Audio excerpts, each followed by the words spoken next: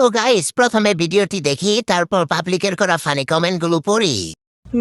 জায়গা দেবো এই অন্তরে, পীড়িতের বেড়া বিছুর বাগানে, পীড়িতের বেড়া বিছুর বাগানে।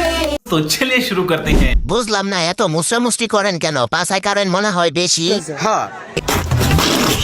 তোমাকে দেখে আমার মরা সাপটা আবার ফেনা তুলে দাঁড়ালো।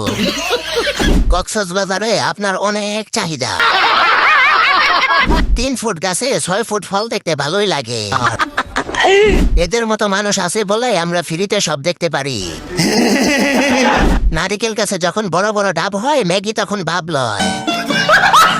শেষ পর্যন্ত তোমাকে পাছা দেখায় ভাত খাওয়া লাগে। আহারে, চামড়া ব্যবসায়ীরা চাইলে যখন যা মন চায় তাই করতে পারে।